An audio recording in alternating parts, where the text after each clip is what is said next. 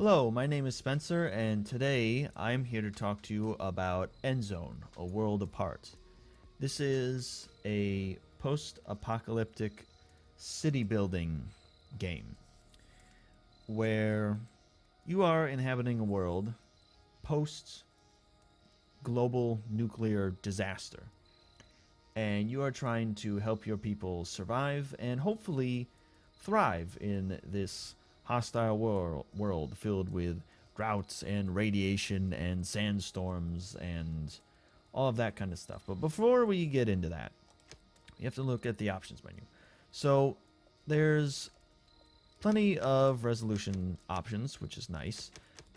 This shouldn't be a too graphically taxing game, so you should be able to find resolution that fits for you. Display mode, borderless window, windowed, exclusive full screen, which is nice. You can also lock the cursor into the window in a different options menu if you want, or you can have it freely move in and out of the window, which is nice because I have two monitors, as do, I'm sure, plenty of other people. You've got plenty of graphical options here, tweak different things, texture, clouds, VSync on or off. This isn't too, like I said, too graphically demanding of a game, so you should be able to find settings that work for you. Audio sliders, you can customize this any way you want. All different sliders for basically everything. You do also have audio feedback here for when citizens die. So you can have this go off if somebody dies an unnatural death, say, for example, crime can be a problem in this game in your town, in your city. So you will want to know when, if that happens. Like, you can set the audio feedback delay. So if you set it to 5, I believe there would have to be 5 murders before you're alerted to what's going on. So you probably don't want to do that. You probably want to put a lid on any sort of crimes happening as quickly as possible. You can turn autosave on and off, change the interval, how many autosave slots, change a couple of different settings here. I would definitely recommend keeping this checked, the enlarge the mouse cursor, because when it's off, the mouse cursor is very small. It is difficult to see. You can also change the UI scaling. It goes all the way down to 75%, or you can bring it up to, I believe, 125%. Yeah, 125%. So that's pretty nice if you're playing on a higher resolution. I think 100% is fine for my screen. You have also 2 different color schemes here. I don't know if color scheme 2 has anything to do with a particular color blindness, or if this is just personal preference. I don't know if you do suffer from some sort of, or have some kind of color blindness. Do let me know in the comments if this is, color scheme 2 is somehow better than color scheme 1, because I don't know. I am not colorblind. And then, of course, you can customize all the controls. You can remap everything, which is really nice to see. So you have, oh, one other thing I wanted to look at here. This review and preview. You can look and see everything that they have done for this game while it was in early access. You can see the whole roadmap, see what they've added in. And then there's this nice message over here saying that they're still going to support the game throughout 2021. There's going to be some new content.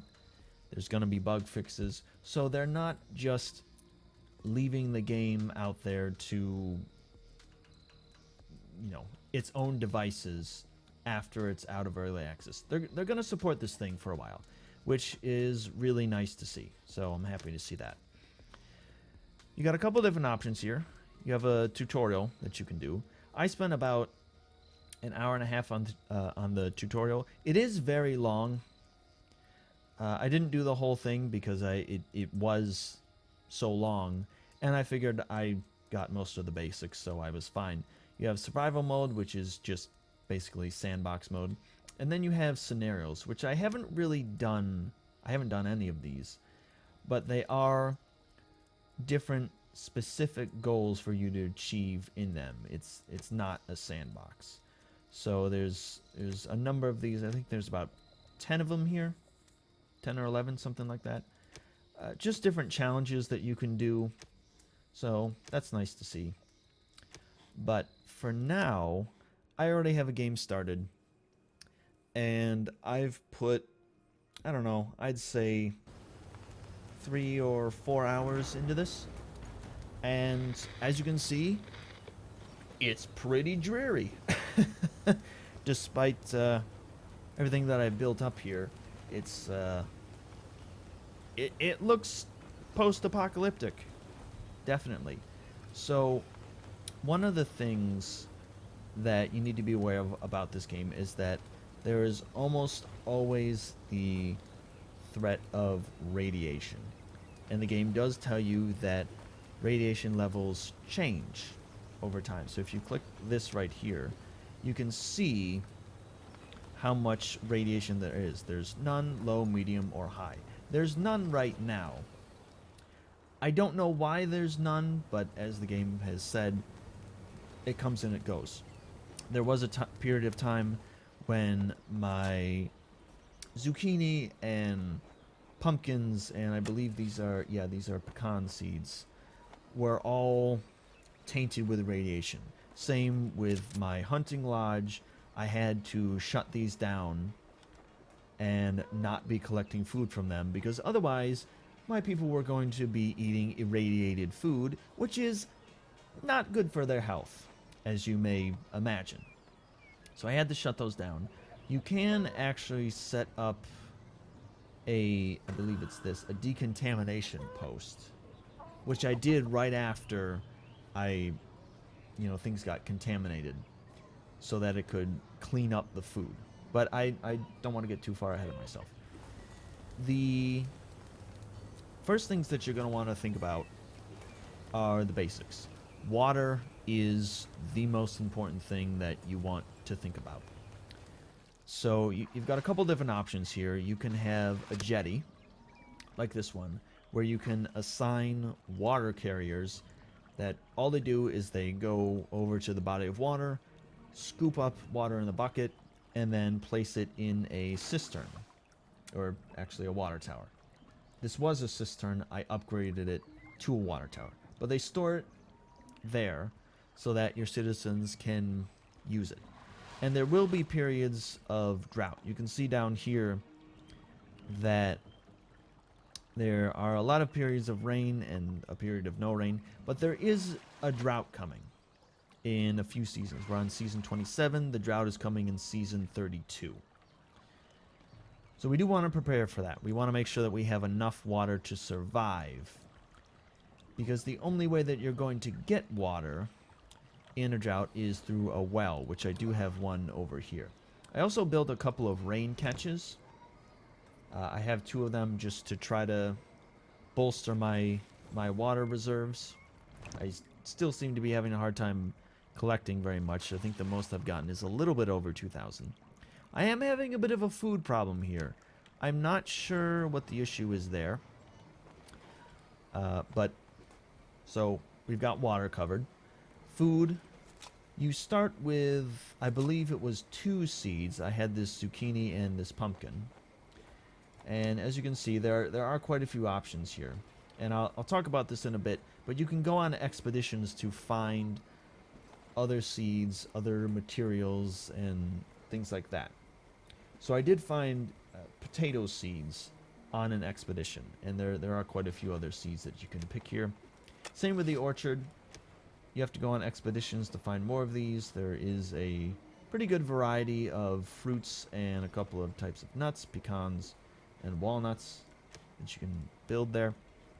You also have the Hunter's Lodge, and some of these buildings you do have to pay attention to the work areas that you have assigned here. You can see I have this little question mark. Oh, it disappeared. But you can see that there's a couple animals highlighted here, and some little food icons as well. But there's not a whole lot of food to be had in this work area. At least it doesn't seem to be, because I'm running out of food. It does tell me what nearby resources there are, but I think I need to perhaps change this. This says 840 as opposed to, I think, 640 from before. So we're going to want to move that. A number of buildings have this functionality to it where you can change the field of work. The same can be said about the herbal hut, which collects medicine. The gatherer's hut, which will gather berries for you to eat. Same with like the forester's lodge, where you can change the work area. And some of these buildings you can change the work mode. You can see here the forester's lodge is cutting down and reforesting at the same time. If you're running really low on wood, which I am not, I have plenty, you could cut down the whole forest, basically, and then set it to reforest, but you're not going to be harvesting any wood for a while. So you can do that. And there are some other basic resources that we can look at here. Scrap is very important. You need scrap along with wood in order to build really any buildings. In addition to other resources like cloth, metal, plastic. I don't have any electronics, but electronics that you have to filter out from the scrap pile. So you can assign a scrap yard and assign it a work area. There's scrap and car wrecks and things scattered all around, all over the place. And when you collect that scrap, you can then have a recycler filter out the cloth, the metal, the plastic into separate bins, essentially. Because there are buildings that require more plastic than metal, more metal than plastic. Cloth you need for clothing. In order to protect yourself from radiation, which I mentioned before, you have to make clothing. You can see up here, you need radiation protection. You have to build a tailor for that. And you can see here, for a radiation suit, you need 4 cloth, 4 coal, or not coal, I'm sorry, 4 charcoal, and 2 plastic. And the different types of products require different resources. The carbonated mask, you just need cloth and charcoal. The mask, you just need cloth. So that's the main way to protect yourself from radiation and people from getting sick. And as I mentioned, the decontamination post will decontaminate food. You can also, if there's a bunch of radiation in the soil, what you can do is you go over to tasks and you can remove radiation. So people will go over and dig up the soil and get rid of the radiation. But you want to make sure that they're protected with the proper clothing so that they can do that safely. And as you can see, I'm having quite a problem with producing enough clothing. So we're actually going to change this to the neck scarf, because that only requires cloth as opposed to the radiation suit, which requires more resources and takes longer to manufacture. So I think I've got most of the basics. You do need to provide housing for your citizens. If you don't build a cabin or a sturdy house, I believe, your inhabitants will not reproduce. Which you're going to want them to, because you need as many people as you can sustain in order to do the work to keep everything going. If you don't have the resources to build a house, or you don't have the space, you can also build a shelter. You can house all citizens there. You can house old and fertile people there. And this will provide shelter and some contentness. Contentness is a thing you have to be careful of. but it will provide shelter for citizens, but it's not conducive to reproduction. So you need to build houses if you want to grow your population. Now I mentioned contentness. You have to be careful about this, because if people are discontented, it says here you have lower reproduction rate. Crime is going to be a problem. People move more slowly. It's really important to make sure that you're taking care of your people's needs, like my food problem right now, which I do need to figure that out. So, in this game, you do have a lot of information at your disposal. I'm kind of a stats and graphs and information nerd, so I come to a screen like this, and I'm very happy because you can see all kinds of different information about what's going on here. So this food one would actually be really helpful. We've had a sudden drop in the amount of consumed food across the board. Not really sure what's going on there. But I mean, you can look through and see all kinds of information here. You can see how much of different resources that you have in different categories. Wow, our food really dropped around this drought. Population is nice. You can see, I mentioned building houses for everybody. You can see how many homeless settlers that you have. So if you're looking to build houses, you know about how many that you need. I have 12 homeless settlers right now. So it would be great to either build another shelter or build a few more houses so that these people can, you know, have a place to live. Age distribution, just all kinds of stuff. So this is really nice. You can also get a list of how many different buildings you have, which is nice. And I love these screens. Love these different graphs that come back here often. Food quality is important. It's good to have a large variety of food. I think I have less of a variety now than I had before. I had like 7, now I have 5. That will increase contentness. Now I'm down to 4. Oh boy, that's not good. So there are quite a few things to juggle here and keep track of. Like I mentioned, the food, the radiation, clothing are things I need to work on. So I was eager to make an expedition station, which I think is really useful, because if you come over here and click to open this window, you can see all these potential expeditions that you can go on. So you can see these are a few that I've already gone to and explored, and you can select different expeditions that you want to go on. I believe these are all the expeditions. I don't believe that there's anything else that isn't on this map. It will tell you how long it will take. We want to go to one that's reasonably close. It'll take almost a season to go here, so I think we'll send out a scout before we do that. Oh, actually, I think I have active expeditions here. So actually, I can show you how this works. So you can select to which citizen that you want to send on this expedition.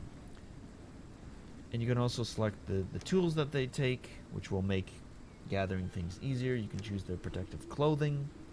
There's no radiation, but I can send them with a neck scarf anyway. I think we'll send Alba here. That should be fine. You can send more than one person. I don't think I'll send more than one person. I don't think that's necessary. I will have to produce some neck scarves here because it says there's not enough. You do have to send them with enough rations. I'm not sure how many they need. I usually go for 5, and that seems to work fine. Doesn't seem to be a problem. And we'll just have to wait and see how that progresses and what we get out of that. But the last time I went on an expedition, I got scrap. Like I mentioned, I picked up that potato seed, which is really nice, and I planted a new potato farm, which is good. And so I mentioned before that there are a few series of buildings that you need to keep track of. So I was talking about there being radiation in the water supply. Well, you can do something about that. You can have filtration going on. How do you get filtration? Well, you have to have charcoal. So you have to build a charcoal kiln. But you have to make the charcoal. So how do you make the charcoal? You make charcoal from wood. So what has to happen is that you set up a forester's lodge. They're collecting wood in order for you to build things, but then the people who work at the charcoal kiln have to come out here and get the wood from the forester's lodge and bring it back, and they make the charcoal. And then people working to make sure that the water tower has filtration have to go over there, get the charcoal, come this way, and put it in the water tower so that the filtration can happen. This is where paths come in really handy, because if people are just walking through the grass, they take longer. It's a productivity thing. So building paths to places where people are frequently going to be moving towards is a really good idea. And they will follow the paths. I haven't really noticed too many people who will, say, cut across the grass here and go this way and then go to the forester's lodge. They will take the paths, which I know some games I played before, you can lay down paths and people don't really follow them, even though you wish that they would, because it would speed things up. They don't. This game, that does appear to be happening, which is nice. And I'm trying to think of other things that I would need to look at. You can build like a cemetery, which is very helpful because it helps your citizens mourn. If somebody dies, they have a place to bury them, they have a place to visit, so that will increase their contentness. I am working on trying to build a research station, which you will need. I haven't really looked at the building menu here, but you will need in order to build more advanced buildings. I am aware that in this game there are raiders who could come across your settlement and decide to attack you and take everything that they can carry. Well, you can do something about that. You can build watchtowers. You can even produce ammunition for different types of guns. You can have a siren tower. You can put up barricades. But you need to do research in order to get those things, to protect yourself. There are a number of other things that you can research. Electricity is a big one. I'm not quite there yet at having electricity, but you know, we're getting there. Different types of technology. The weather station is something that I would really like to have, but again, you have to research that. The weather station will give you more accurate information about incoming weather events, rainy seasons, droughts. It'll tell you about any sort of rain contamination forecast, which can be a problem. These rain collectors, if they're collecting a bunch of irradiated water, you don't want that.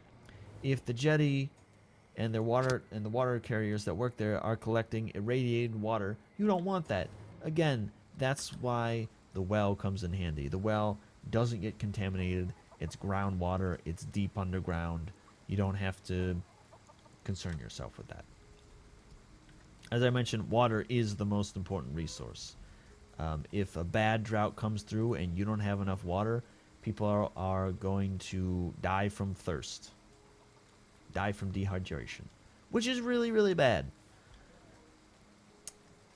And you can also see up here, I kind of looked at this before, you can see the number of adults that you have, you can see the number of children that you have, contentness, radiation of settlers, which is at 0, which is really freaking good, especially when I think that farmland I mentioned before that had irradiated soil, I think that went on for longer than I wanted it to. I didn't notice it for a little bit. So that's nice. Average health is very high. Rich food, rich in variety, which is really good. And, oh, something else I wanted to mention. The fact that there are adults and children is important, because for the children, you can build a school. And you can have a couple different training modes. You can have them focus just on productivity so that they're better at whatever assigned job that they have, which I'll actually get to the assigned jobs in a second here. You can make them better at handling tools. So you can see up here that tools is a resource. If they're trained to be better using the tools, then they'll last longer, and you don't have to worry about making so many. Same with handling clothing. You don't have to worry about using up the clothing for radiation protection, which I'm actually going to change it to that, because I'm having a problem building up a stockpile of the radiation clothing. There are also these things called badges, and the game mentioned it briefly before, that if somebody has been working a job for a particularly long, and especially long time, they receive a badge. And I'm not sure what exactly the badge does. It might just be a signifier that they've worked this job for a long time and they're very proficient at it. I don't know if it comes with like a stats boost or something like that. So the jobs, when you build buildings, people don't automatically get assigned. You have to assign professions to everyone individually. So you can assign them to specific things. And if they're not assigned, they'll show up in the settler category. You can see here, carries out simple tasks and helps to transport resources. So you can assign basic tasks like cutting down forests. If you go to task here, you can have them gather wood, gather scrap, gather plants, gather all resources in a particular area. Anybody that's in this category will do those basic tasks. I haven't really set any basic tasks because I think it's better to have a specific building and then assign people to that specific task. I think that's a higher efficiency way to do things. Oh, I mentioned the radiation here. It seems that we are getting some irradiated rain. Is it the same for this one? It's not the same for this one, but it doesn't appear to be raining over here. So probably we're going to want to shut that off. We don't want that producing water because even though we can filter it, I would rather not have to go through the process of filtering it and use up the charcoal. Well, you know what? We've got plenty of it. It'll be fine. It'll be filtered, and I think that we'll be okay. Because it should be transported over here. Yeah, because the source is set to the jetty lakes and the rainwater collectors. So what they should be doing, what you can see from the path here, they'll be taking water from here, and they won't just drink it right away. They'll come along this path and bring it here to be filtered. So that's good. Like I mentioned, you can set different professions for just different people. It would actually be better to set more people to the logistics profession, because then instead of people who just, settlers who carry out basic tasks and transport resources whenever, I have them specifically assigned to that so they get better at it. So, okay, we have a ruin scouted. We'll take a look at that. You can see here that I'd call it a ruin, Chief. Seems to have been a restaurant at some point, but there's not much left to see anymore. It's all pretty dilapidated. I'm not sure if it's worth sending an expedition here.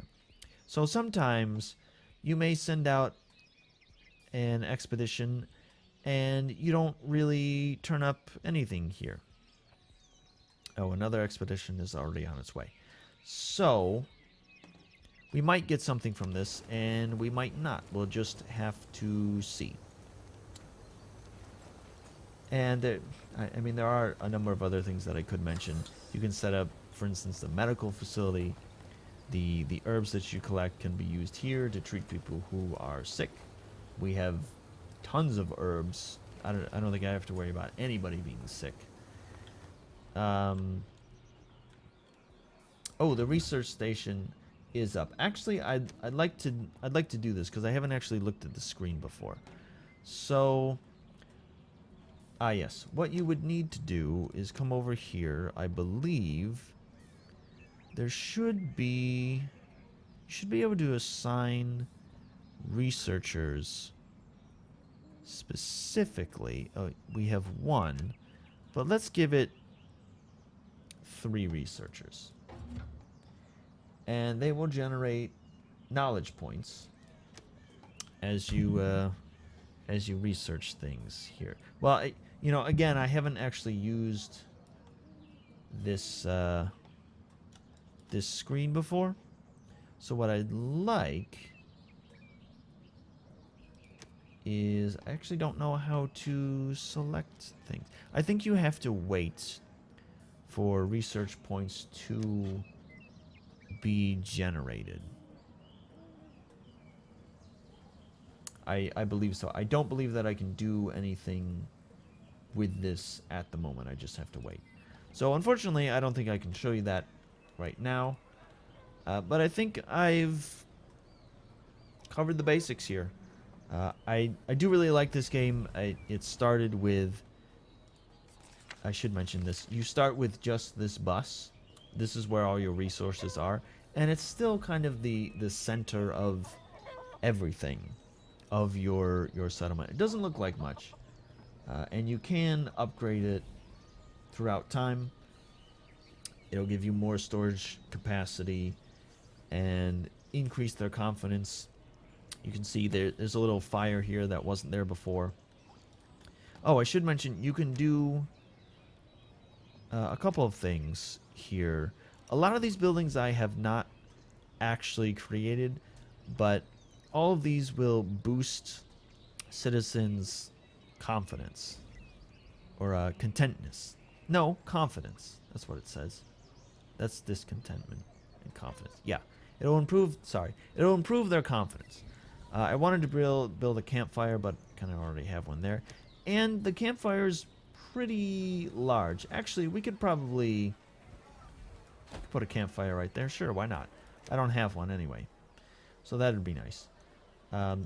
So they'll plop that down, and then I can just speed up the time here. They'll come over, they'll chop down the trees, they'll gather all the resources that they need for the building, and then we'll have a nice, very nice campfire.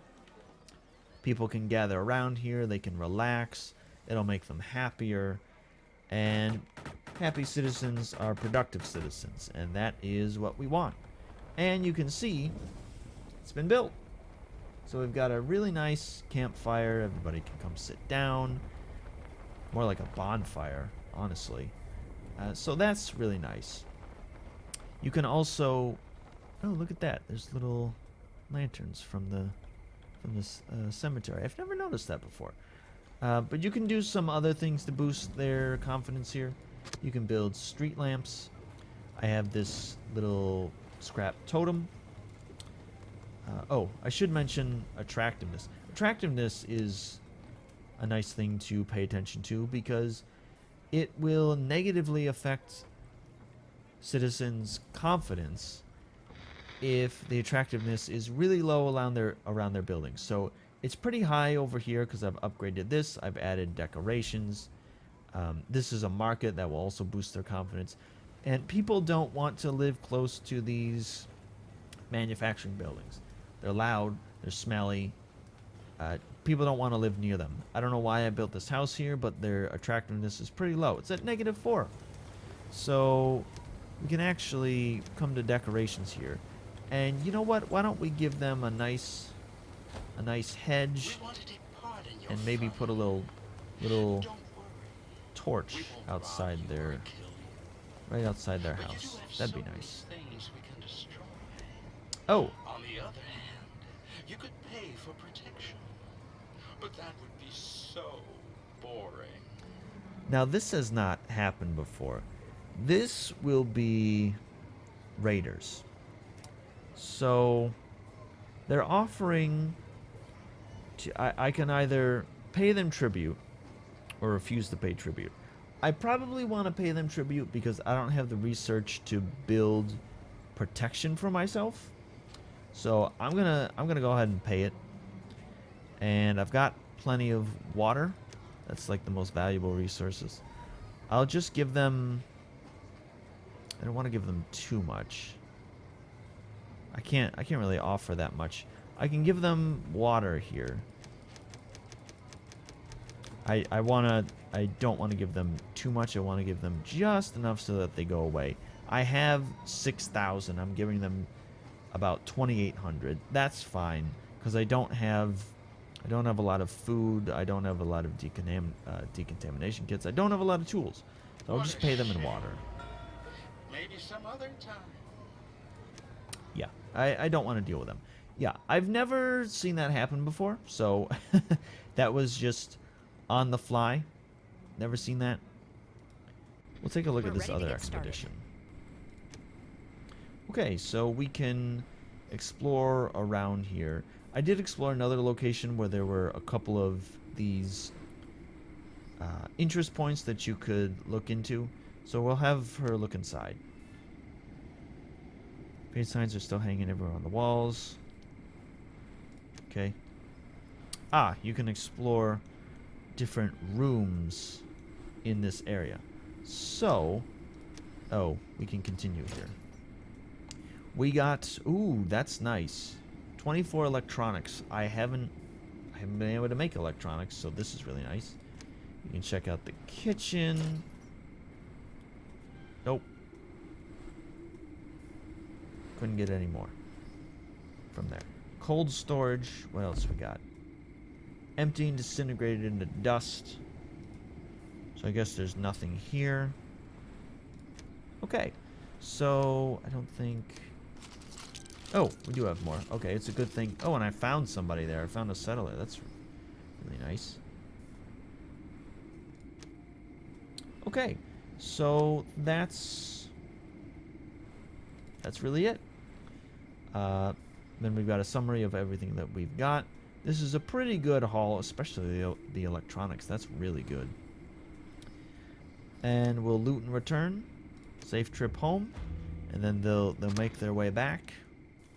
And it's not too far. They should be fine. And yeah, I think that's about all I've got for you today. I really enjoy this game. I like city builders. I like these resource management kind of games. It's really fun. I am gonna have to work on this food situation, like I mentioned before. But I recommend it.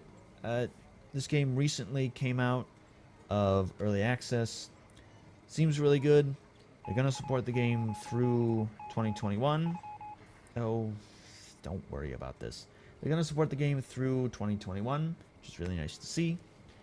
I want to thank you for watching, and leave a like if you like this video. Consider subscribing to my channel if you're interested in more games like this. I cover a lot of smaller kind of indie games. I've looked at quite a few games that are in early access that I'm going to end up coming back to and looking at them. So if you want to be here for that, make sure you subscribe. And I also want to let you know that I stream on Twitch, twitch.tv/onlyspencer. I'll leave the link down below. And I stream there Fridays, 7:30 p.m. EST. And usually 1 or 2 p.m. on Saturdays EST. So thank you again for watching, and hopefully I will see you next time, maybe down in the comments below.